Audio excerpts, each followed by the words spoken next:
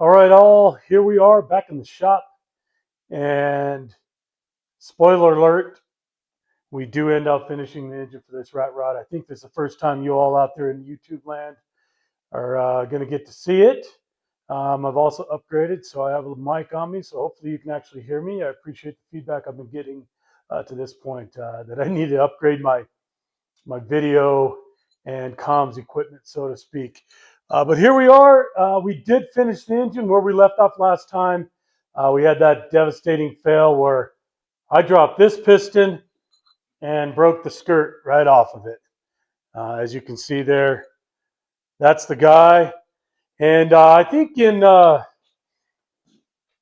my devastation, I didn't video for about a week or two there. And I don't know if I was just grumpy or whatnot. I actually wasn't sure what I would need to do. If I was going to have to start all over and order a whole new set of pistons, because obviously I'd just gone through that excruciating pain of making sure everything was balanced and weighed the same. But here, if you happen to have that issue, here's what you do. You call up one of the big names. I found that Summit was able to find a single piston to match the one that I had. I called them up, spoke with a very nice lady, a rep there. She called me back several times. She was able to source the exact piston. What I had to do is I simply read, I gave her the specs from when I bought it, but right on your piston, it said 9912 Hotel Charlie HC, and then 30 over. And so I gave her all the details. She looked it up, figured out they could find obviously, they have access to that manufacturer. They sent me one in the mail. I weighed it, told them exactly to the gram how much it weighed.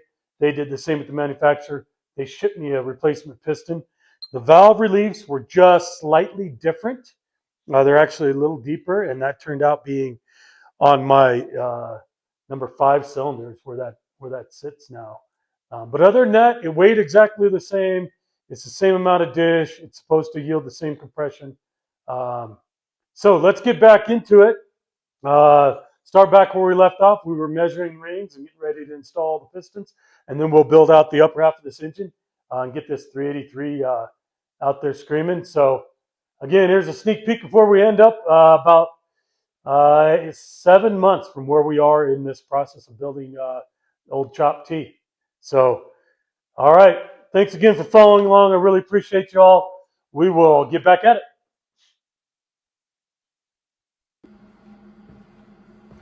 Okay, guys. I'm going to quickly give you the basics on gapping your rings. Specifically today, we're building a 383 small block Chevy, 350, same, 327 anyway. This is what we're building today. These are the main things that I think you need to consider. One, when you buy your pistons, buy the rings that match them. There are A and C style rings. So you're going to want to know which style pistons you're getting and get the rings to match the style. Second, your rings will probably come when you order them. They're going to come with a little sheet. Don't throw it away. This is your guide. Okay, so this sheet is going to tell you which ring goes on top, which ring goes second, and then obviously you're going to have your oil rings. And it'll give you a basic guide of that. It also typically gives you a basic guide on gap. In our case, this literature, actually, your pistons will likely come with some paperwork that's going to tell you, give you an equation for what they recommend, the gap being on your rings per the pistons, per the application, okay? But on this, it's specifically, the application's on the back. But this one specifically says for a 30 over small block Chevy, so 4.030 bore, you apply a factor of 0.0065 for street, naturally aspirated, and it'll give you a 0.26 minimum gap. I'm running a 30 over. The factor on the back is 0.0075 because I'm running drag gasoline, which 6575. It's recommending a 30 gap for the top ring. Doing the same math, it recommends a 16 thousandths of a gap on the second ring. So check your instructions. the book, the master book. If you don't have one, Building Small Block Chevys, get one. It specifically goes into detail on what to gap them there. The book shows smaller gaps slightly than the paperwork with the pistons. So I'm kind of going to go in the middle. We settled on, actually already checked one, actually checked all 4 on this side, and they all are right at 22 thousandths top, 16 thousandths bottom gap. I'm going with it. The bottom gap I would like to be a little less, but since obviously it's hard to add material to the ring, I'm going to go with 16 thousandths. It's in line with, it's exactly what the piston recommends. It's a little bit bigger than the book recommends for the application I have. So your packaging is going to come and it's going to say top ring, bottom ring, oil ring. Simple. Don't mix them up. When you get ready to gap them, you take in this case, we're going to take our top ring, okay? Here's an easy way to do this. You take the ring, you see it has a gap on the top. You stick it in your cylinder like so. Nice and easy, don't force it, kind of close it a little bit. Stick it just so it holds. Then oh, that wasn't very smooth. Try that again. Stick it till it holds and rotate it in, okay? So straight in, perpendicular to the cylinder, and then rotate it in so it lays in the cylinder. I have a junk, as you saw in my other videos. If you haven't seen them, check it out. You get to see me, watch me drop a piston and break the skirt off and delay my build by about 2 weeks. Again, shout out to Summit for helping me get the exact same piston basically. So I have one that's junk anyway, so I'm going to use it to square that up, and then I'm going to push that piston down. For me, I go up to the bottom of the skirt depth, which puts it in there, 10% into the cylinder. Get your feeler gauges, get good feeler gauges. That's a top ring. We said we were going to go top ring 22 thousandths. So I'm going to get my feeler gauges and I'm going to open them up to 22 thousandths, okay? And you got the 1 gauge, 22 thousandths. And I'm going to bring you over here so you hopefully can see down in there. I'm going to stick it right in the gap. Boom, slides right in. Okay, I don't know if you can see that or not, but it slides right in the gap, nice and snug. That one is 22 thousandths, just like all the other. I already did 4 of them. I know they have been 22 thousandths, pushing 23 on one of them consistently. Sure enough, this one's the same. So I'm going to take that ring out nice and easy and evenly so you don't break it. These do break. And I'm going to say that now is gapped to the 3-cylinder, okay? So I have all my pistons laying right here. I got my 3-cylinder. I'm going to lay that right there, okay? And then I'm going to take my second ring. I'm going to put it in there, do the exact same thing. Gap it to the spec of 16 thousandths. And so on and so forth. If you find one that has not enough gap, get yourself one of these off of eBay. They're easy. I'm sorry, eBay, Amazon, anywhere. It's just a ring filing device, and you just stick your ring on there. You rotate it, and you can get that, open that gap up a little bit, just a little bit. Check it, a little bit. Check it until you have exactly the right gap that you want. These are handy. It's manual. It's like 25 bucks, I think, maybe less. There you go. That, and then you do them all. Make sure they're gapped properly. Get them on your piston in accordance with the instructions. Again, they're different. They need to be oriented properly. Read your instructions. They're pretty easy to get on there. If you don't already have one, get yourself a ring tool that you just grab the ring, expand it, stick it over, let it go. Okay, there's your about 5 minutes of how to gap rings for a small block Chevy.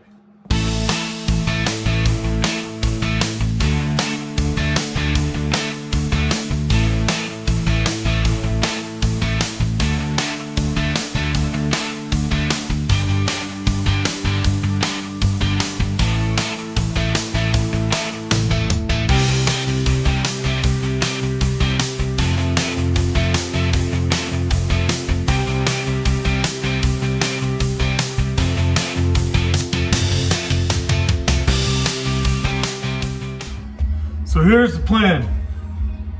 I'm going to just start putting the rings on. So what I've discovered is it's easiest to put this oil ring on first, and then put the little thin other oil ring on next.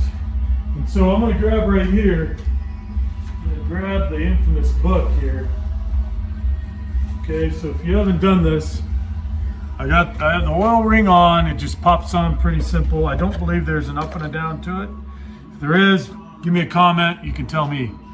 But then I have the infamous small block Chevy book, verifying the ring gap locations. Okay, this diagram tells you exactly where you need your ring gaps. So we're doing 1, 3, 5, and 7. Okay, front of the engine, valve relief is up. So we're using this diagram right here. Okay, on the left hand side. Okay, on 2, 4, 6, and 8, we use this one because it's the opposite, flipped around to the other side. So that's the guy. So we want the oil expander and the top ring to go in the direction of the valve relief. Okay, so I'm going to put the book right there. So oil expander, okay, is already on there. Valve reliefs, we want the gap to be to the top. So I'm going to try to figure out where that gap went now. There it is. Okay, so you can see the gap right there, top of the valve reliefs, boom. Then we're putting on the little keeper ring. I don't know, I'm sure there's an official name. My brother showed me how to do this, pretty ingenious. If you slide it in like this underneath there, where you want that gap to be, then you can take and expand it, okay, and roll it around and go right over the, easy for me to say, go right over the top and come all the way down to where it belongs. Work it all the way around like this, all the way to where it belongs. And that one went in the top. So now I'm going to grab the other one and I'm going to put it in the bottom. So according to this diagram, the oil scraper rail gaps, okay, are supposed to be basically at 45s off of the oil expander ring. Okay, so I'm going to stick, and that one was over there, so I'm going to stick this one right underneath here and go right up over the top and around and work it in, work it in, work it in, work it in, get where you can see it, going underneath that oil ring. Boom. It's in like Flynn. Valve reliefs. I can see the gap right there. I can see the gap right there. I want to put that over a little further. And we're in like Flynn. Okay. Now I got the second ring. Okay, and it has a little bevel on it. And it says on the top, top. So then I'm going to take my handy dandy tool here. I got my piston there. And I'm going to look and find the top, which is this side. I can see it says top right there. I'm going to expand that. And I'm going to go down to the second groove. And I'm messed up, and it's in. So the second ring gap is 3. It goes opposite. Okay, so the top and the oil ring go the same, and they both go with the relief valves on this side. This one goes opposite of the relief valve. So this is the top one. It's omnidirectional. Doesn't matter because it's an exact rectangle. So I'm going to take it put it on the expander, and it's going to go just as oriented here. So here we go. Sorry for the background music. I'll try to get that cut off maybe. There we go. That one is on. Boom, everything's on. I'm going to set that one back in there. I'm going to do the next two. Same way. I already got the rings gapped to those holes. I'm going to pull this out here. Do the same thing. I'll show you how to get that oil ring out. All right, you can't make some stuff up. I'm using my phone to give me a little light here. I literally put the last ring on this piston, and it went clip on, and the power went out. So the power is out. It's dark in here. I think that's God's way of telling me it's time to go inside and get ready for dinner. All right, guys. All the rings are on. The pistons are ready. I'm going to cover it up with some plastic and go figure out what's going on with this power situation. And then the next time you see me, we'll be putting rods in cylinders, torquing them down, and off we go.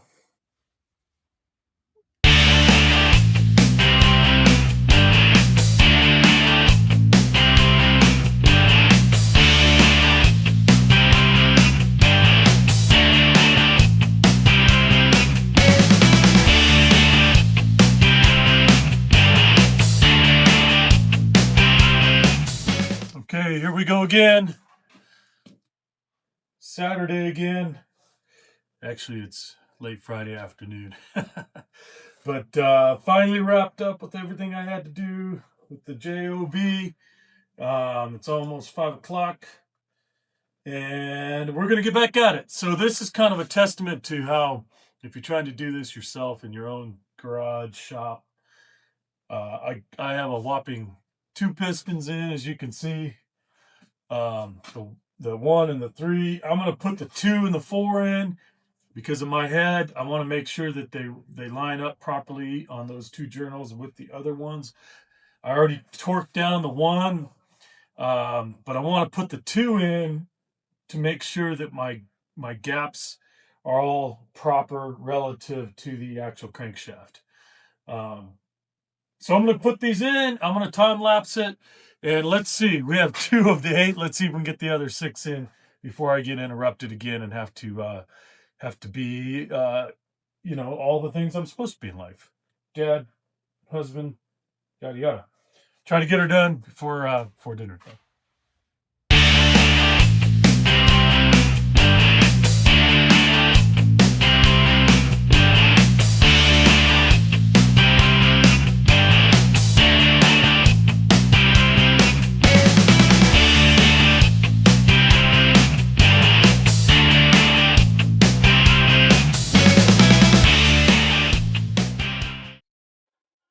Okay, guys, check this out. So I have my number 1 and number 2 rods on. And I just, some guys don't do this, but it's in the book. Trying to go by the book, make sure everything, that if anybody out there is actually trying to learn from this, it's helpful. So the book calls out the rod bearing and side clearance. Okay, so you can see here how these rods have a little bit of slop in them. Okay, I haven't torqued the number 2 yet, but they should have just a tiny bit of slop, as I understand it. So stock steel rods, they're calling for a clearance of 8 to 12 thousandths, high RPM 8 to 15, and then aluminum 32 to 60, which we're not dealing with here. So stock steel, I'm going to call it 8 to 15 thousandths of an inch. Okay. Page. So I'm going to grab my feeler gauges here. I'm going to roll it around to, I'm going to call it 13 thousandths. And let's see if that'll go right in the side here. And sure enough, it does. Okay. I think I'm a little thinner than that because it moved it over. So let's go to 10. I like these feeler gauges because they have the gold one at 10, if I remember right. Yeah, and then you can combine that with others, right? So the gold one's pretty slick. So there's 10 on the side, and I'm going to push it all the way over and look on this side. And we're pretty close. Okay. Okay. So 9 thousandths. Okay. Yeah, we're looking at 9 thousandths on both sides. So that's on the tighter edge, but it is within spec. So I'm going to keep installing them, and I'll check them as I go. But I think we're good to go.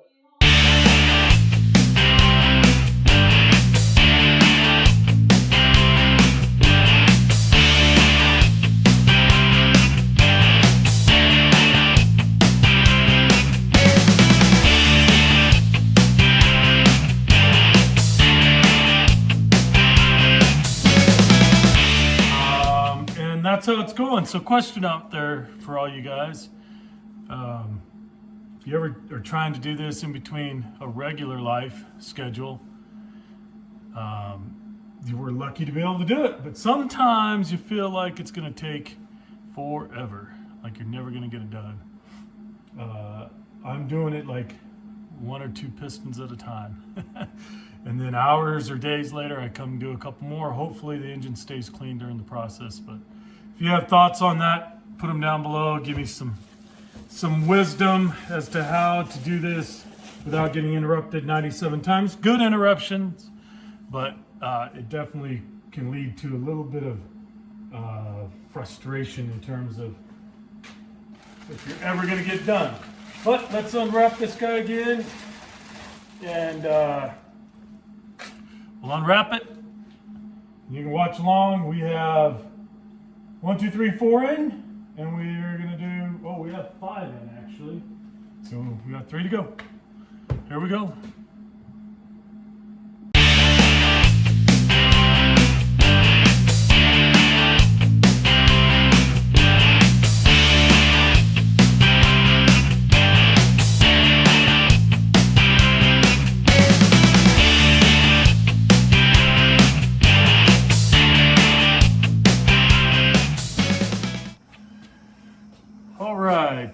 Here we are. Happy Thanksgiving, everybody. Friday after Thanksgiving. I was going to get out here bright and early. It's like the crack of noon, and I'm finally actually getting started on this. I was buttoning up a couple other little things this morning. Anyway, so earlier in the week, my kids were out here, and I said, hey, let's rotate this, and I can kind of show you how it works. It looks kind of cool when you see the engine rotate. So for those who don't already know, if you don't have one, get you one of these. It's a socket that is specifically made to go on the front of a crank. It's aluminum, so it won't mar it up, mess it up, and it is pretty slick. So I said, hey, let's try it out, and you can kind of look at how it rotates in the whole deal. So I did, and if I can get this to go right, we start rotating nice and easy. Boom, it stops. So as you may recall, I have H-style rods instead of I-beam rods. The bolts on these are a little bit taller, and the rods are more robust. But what that means is when I went to rotate it, it is hitting right there and right here. And then when you go the other direction, if I can get it to go the other direction, there we go, nice and easy. Whoop. You might have heard the clunk. It hits here and there, so on 2 and 7. So, and I'll bring you over here so we can maybe take a quick look at that. Okay, let's try that again. So as I was telling you, I turned you off there when I grabbed you off the stand. But when I rotate this engine, the rod bolts are hitting the block itself. And so I'll bring you down in here If you can see right here, maybe something like that, I'm hoping you can see where that is.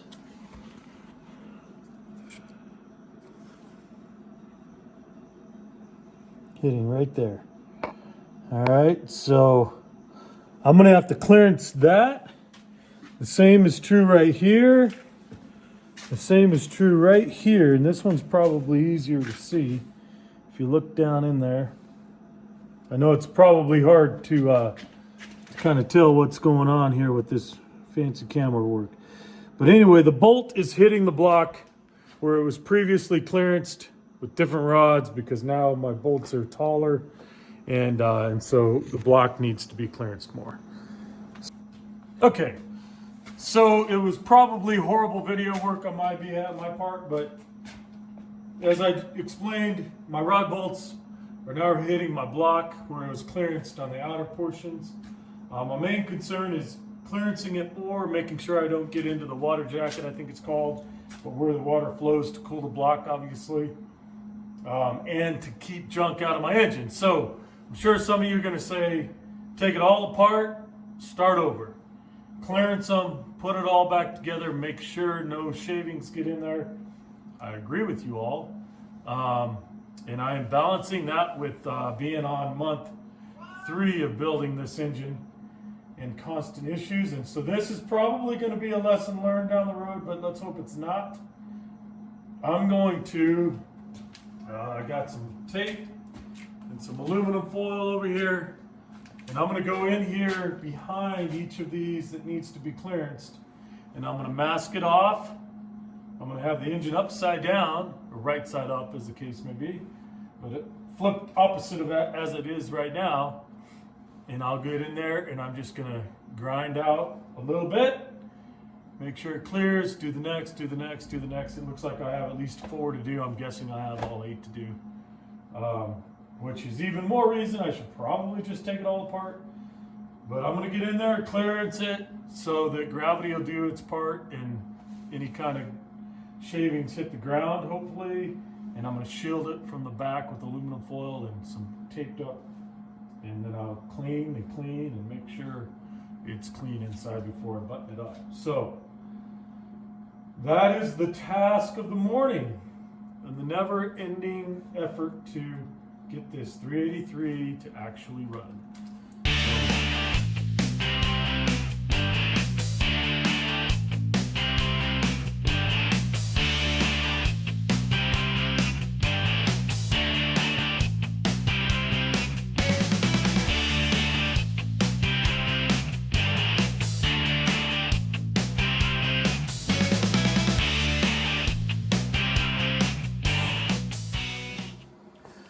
All right, here we are under the engine.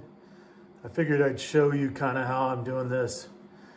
I put the aluminum foil in, mask it off, flip with the engine flipped over to make it easy because I'm old. And gravity helps me in that case. And then I flip it over this way and gravity helps me clearance and have all the shavings come down for the most part. Obviously it's spitting some up too. That's why I have that on there. But you can see I'm working on whatever cylinder that is. I think that's got to be 3, I think. Clearancing that rod. So I'm gonna got my handy dandy little I don't know, mini belt sander thingamajigger. I'm gonna get in there. I feel kind of like a dentist because I'm just barely grinding where I need to, and then I check it. I put more aluminum foil on, mask it, grind it.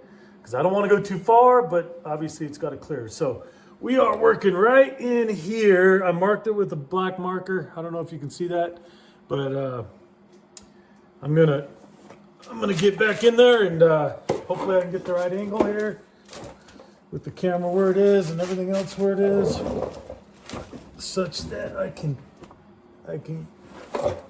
get in there and grind away exactly where I need to. All right, here we go.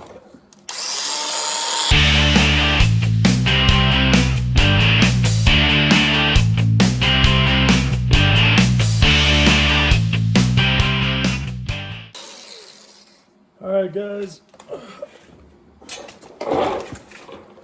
All right, I'm optimistic. So I'm gonna carefully, while it's still facing down, carefully pull all this out of here. Carefully pull this out of here. Try to get all that goobers down. And then I have what I'm using is a microfiber bag here. Because the microfiber won't catch or clip or anything, hang up and leave little pieces of material in there. And I can see right here, I'm going to carefully wipe down and out. And see how we have those fine little bits of metal. Clean that off. And I'm going to go right in here, wipe down and out, and try to get all that metal out of there. I mean, it's real fine, but can't imagine that would be good to have inside your hinges. So we're going to wipe all this down, best of my ability. See how bad we got it in the cylinder, if at all. Hopefully we didn't at all.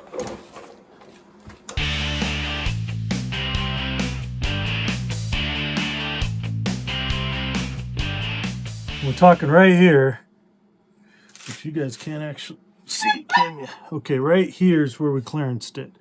All right, moment of truth here. Let's roll her over there. I think it needs to go this direction, if I remember right. Ooh, would you look at that? Drop my wrench, but booyah diggity. Nope, I'm lying. It still doesn't clear. Darn it. Yeah, as you guys can see, I couldn't. Right in there. Roll it right in there, which I think you have to be just right to see. That still does not clear. I got to tell you, man, I don't know. It's going to take a lot. So I'm going to rotate it back and round a little more off.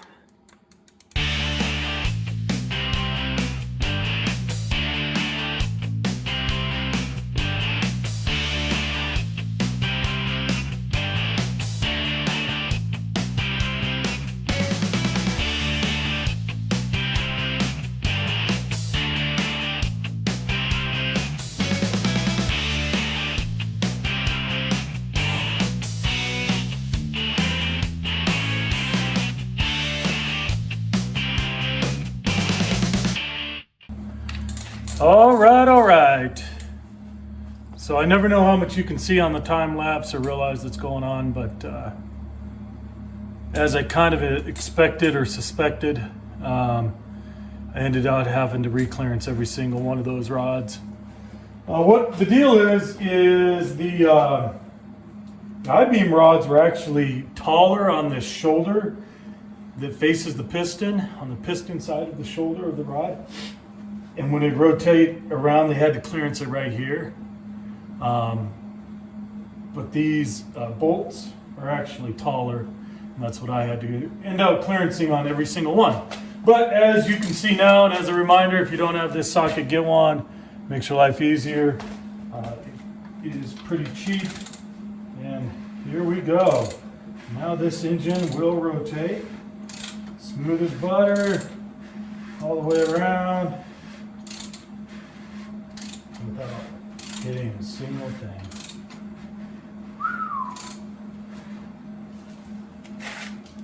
Life is good. So there's yet another day to chalk up to the delay list because I had to change something and I didn't start with everything from the beginning that would fit and work. And so here we are. Anyway, got the H-beam rods, got the proper 383 pistons with the pin height at the right place. I really like them.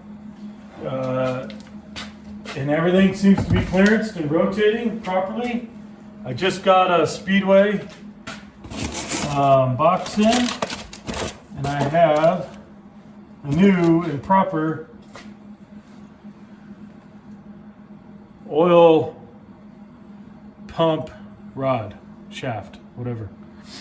So I'm going to put this one in. I think next you'll see up here we're going to put the oil pump on, get the pickup exactly set right. We can walk through how to do that. I actually ordered a brand new oil filter adapter just because this is one that my dad had around, and he said I should have used the new one if I had a new one. So since I do, I'm going to pop that off, pop it on. And then in the process, I also got this engine to spin a lot easier because I got tired of it being difficult. But I think it's looking pretty good. Let's keep building. Catch it. Oh, and if you happen to have a C10 or a square body Chevy GMC, next I'm going to walk outside while the sun's shining and finish changing out the headlights on a 84 GMC pickup half ton. So if you're curious on how to do that, check out the other video if I actually have one. All right, next step. Now that we got the rotating assembly actually rotating, again, highly recommend a good manual for putting together a small block Chevy. Somewhere along the way you might see on my posts or whatever, my dad has one of these, my brother has one of these, my dad has one from like the 70s or something. Anyway, buy one. All right, guys, ladies. Now that we have all the pistons, rods, everything in, the next step is to install the oil pump. So we're going to rotate the engine around here and get it to the back side down here. And we already installed the oil filter pickup tube thingamajigger adapter, oil filter adapter, I think that's called. So Speedway strikes again. I got a high volume oil pump. Give myself the best chance to get oil everywhere it needs to go as fast as it needs to go there. Keep up with everything. So here you go. Now there's a lot of debate. I haven't really researched it, but I saw on some forums whether or not you should use a gasket. This pump comes with a gasket, a copper little guy here. Pretty much everything to include the book that we've been following along in to build a small block Chevy. And pretty much everybody agrees you don't need it. But it came with it. So what I'm going to do is I am going to open this dude up here real quick. And I'm going to look at the manual, the instructions that actually come with it. Because I know from my real job, they put the instructions in there for a reason. I know it seems silly. Most people always throw them away. But here we go. Geometry. Small block Chevy. Anyway, so about this gasket. Copper. If you look right here, it's not the copper, it's the Cooper. The Cooper mounting gasket and info, that's one for Speedway. You guys can do a typo fix on your instructions. Anyway, so check the oil pump height with the oil pan floor, which makes sense. So I'll do that. Prime the pump, clean oil, turn by hand with oil pump drive shaft to preload the pump. Okay, I'll do that. It says a copper mount gasket. Align geometric cavity shape to match the pump and main cap. Torque to maximum factory or race specifications, which we have in the handy dandy book here as, I think it was 70 foot-pounds, 65 foot-pounds. So we'll do that.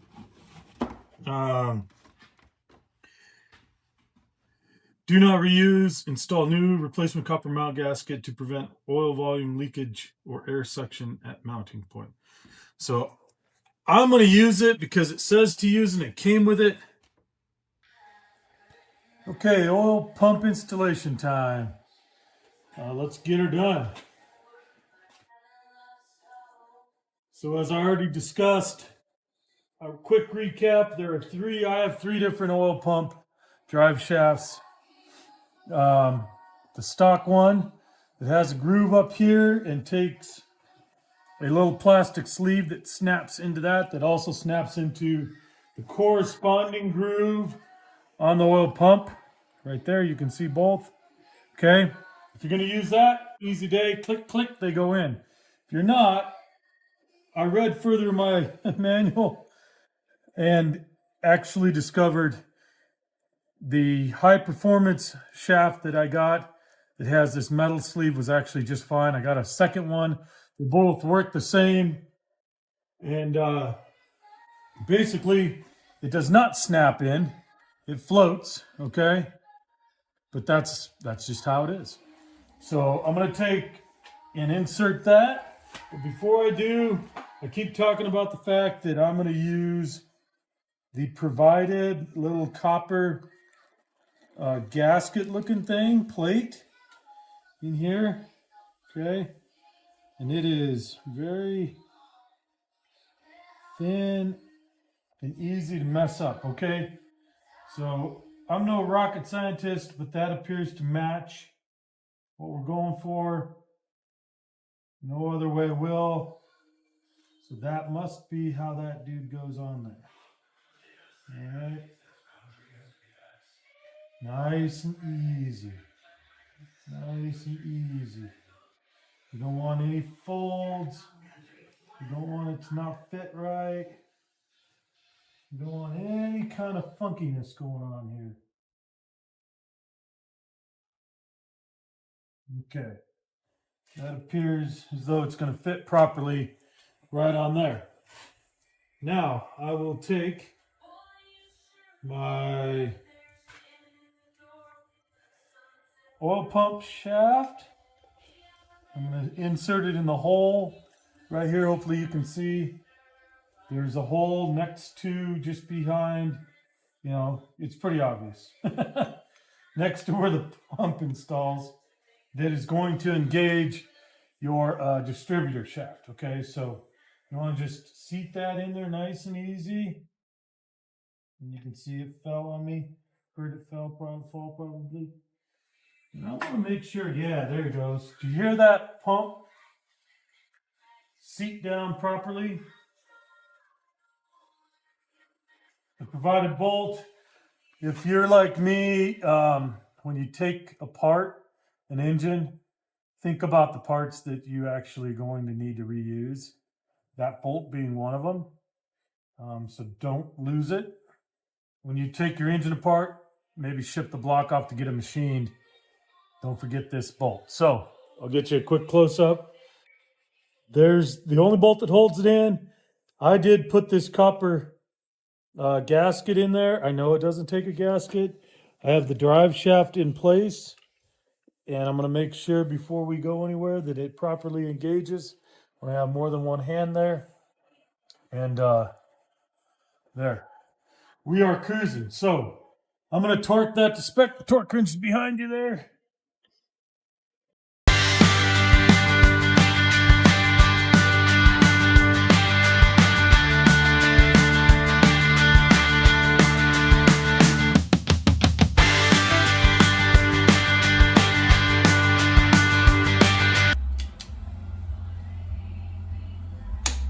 Boom, 65 foot-pounds right there. Okay, always loosen your torque wrench back up so it doesn't take a set or somehow collapse the spring, or I don't know. That's just what you're supposed to do. And I think it keeps your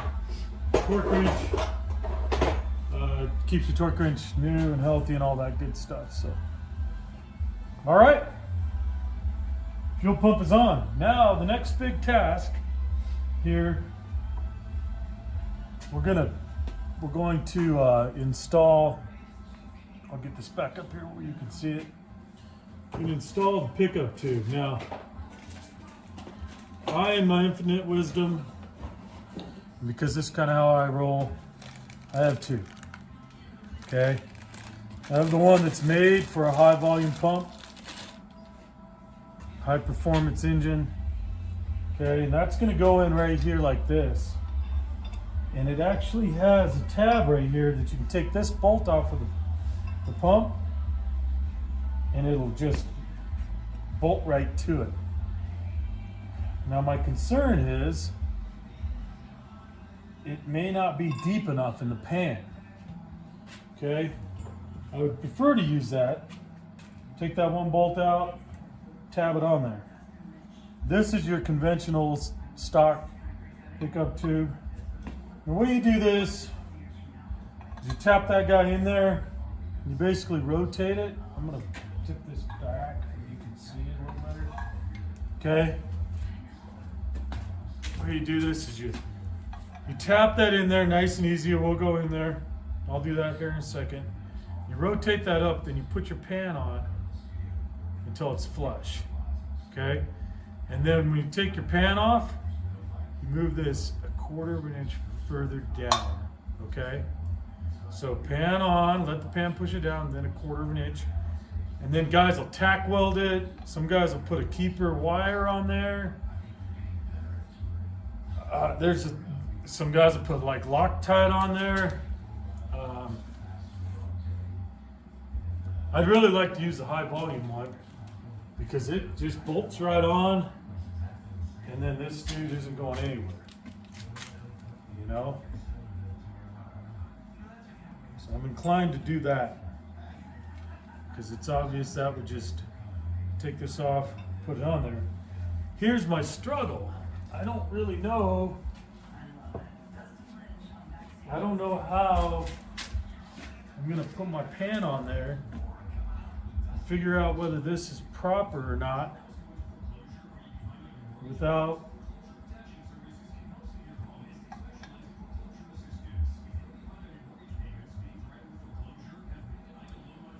sticking one in there. I don't know how to measure to see if that's actually picking it up. And I don't want to put one in and then have to take it out. So, I think what I'm going to do, first, I'm going to put this windscreen plate on here. Again, reminder, when you take your engine apart, there's things that you're going to have to reuse. That's one of them for these, I think they're Gen 2 small block Chevys. Okay, so this is a 92 out of a 92 Suburban, I believe. And so those Vortec type blocks, Vortec vintage blocks from like 88 to 02, something like that. They have this little screen right here. So I'm gonna go grab that. I'm gonna put it on and think about how best to handle this situation over here. We'll catch you in a minute. Okay. So how many of you guys were out there going, wait, stop, you forgot something? This windscreen or whatever it's called actually goes underneath that oil pump bolt. So we get to take it back off. Let me get the right socket here. Take it back off and re-torque it. And I hope that doesn't screw anything up. I mean, I tell you, this is how this entire engine build's gone. But, you know what? So be it. I'm learning. That's all there is to it. I am learning, dropping stuff. And that's all part of it. Every time you do something, you learn something new or relearn something. So this screen goes right there like that. That bolt goes back in there.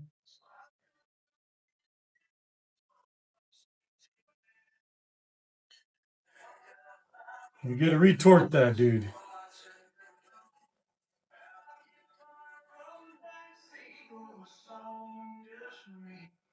It's not real happy about it.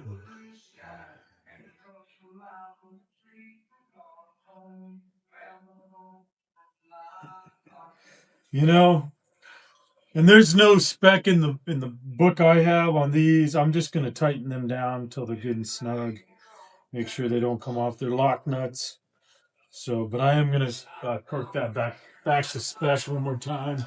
Then we'll grab the pan and we'll stick the pan on there, and I'll find a way to make sure that my pickup tube's in the right spot. It looks like it's going to be. So, all right, catch you in a minute. But there's your lesson. Before you put your oil pump on, make sure you have the screen clean and ready to go. It also goes on at the same time. Okay, next step, we're going to put the rear main seal on here. The housing, this is the seal. As you can see, it looks different on one side than the other. It has a concave groove in it on one side, and then it's obviously flat on the other side. It's the opposite, whatever. So make sure you get it right. I took a picture of mine when I took it out. If you happen to not do that, here's your you're welcome. So this part goes in to the housing. The housing goes on the block like that. So this smooth part is supposed to be outward toward the transmission, okay? And then you always want to put a little bit of oil or grease on the crank where the gasket's going to engage it. I already put some on there. I'm going to spread it around nice and smooth when I get ready to install this. These are pretty handy. There is a little keeper seat, I don't know, pin right here on the end of your block. If you don't have that, you can buy replacement bolts in a kit that come with it. But you do want to have there's a keeper that identifies which side goes to which is pretty obvious, but that'll help you get it installed correctly. So how to get this in here? All right, so I looked on the interwebs, and there were guys pulling them on the vehicle, and they took some PVC and cut it like a 4-inch PVC tube and tapped it nice and easy in, and that worked. I have mine uninstalled. I'm going to take it, lay it flat on my bench right here, and nice and square like, I'm going to press down on it and hope that does the trick. So I'm going to bring you around here and you can see what kind of a disaster I got going on right here. But, okay. So I think, I don't know if you'll be able to see that or not, but I'm going to lay that flat right there. I'm going to set my housing over it, and I'm going to press it down. And I do believe, I'm hopeful that dude will just go right in there.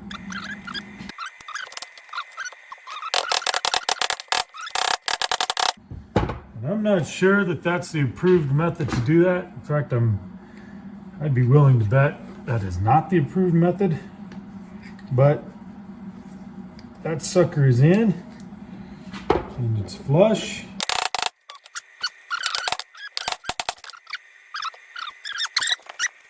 Here is your 19th reminder that when you take your engine apart, you should always remember to save the pieces you're going to have to reuse. I managed to lose one of these bolts. I have another set coming, so I'm probably just going to hand tighten it on here for the moment. But just in the spirit of continuing to make progress, I'm going to spread this grease around right here. This is just your standard assembly grease. There's a couple most popular ones out there, as far as I know anyway. One of them is white. The other one's gray. You pick what you want. But I'm going to just spread that around. Get it nice and liberally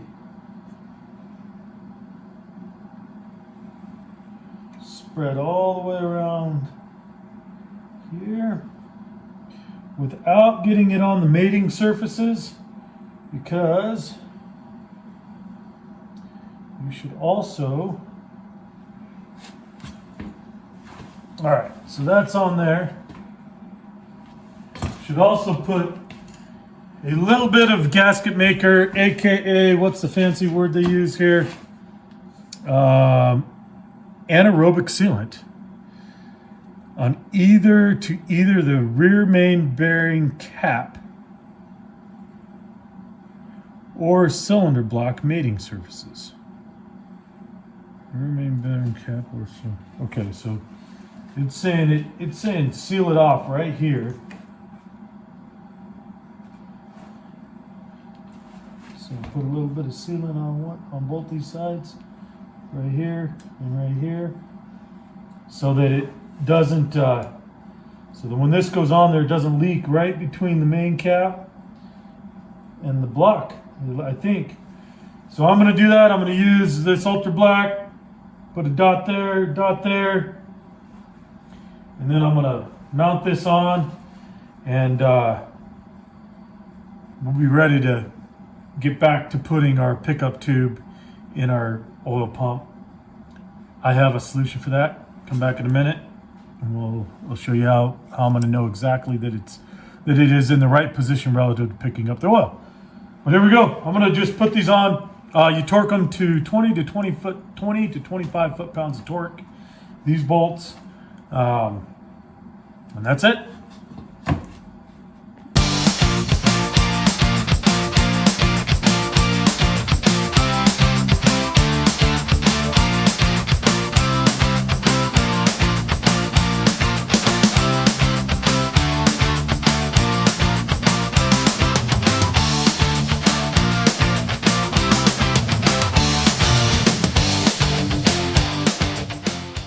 All right, that's it for today.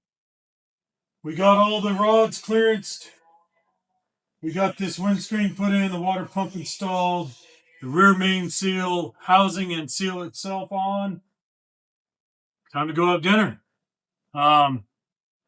It's shocking how long it takes to do this stuff. Nobody's going to hire me to build an engine if they're paying me time and materials, that's for sure. So anyway, let's button her up for the night.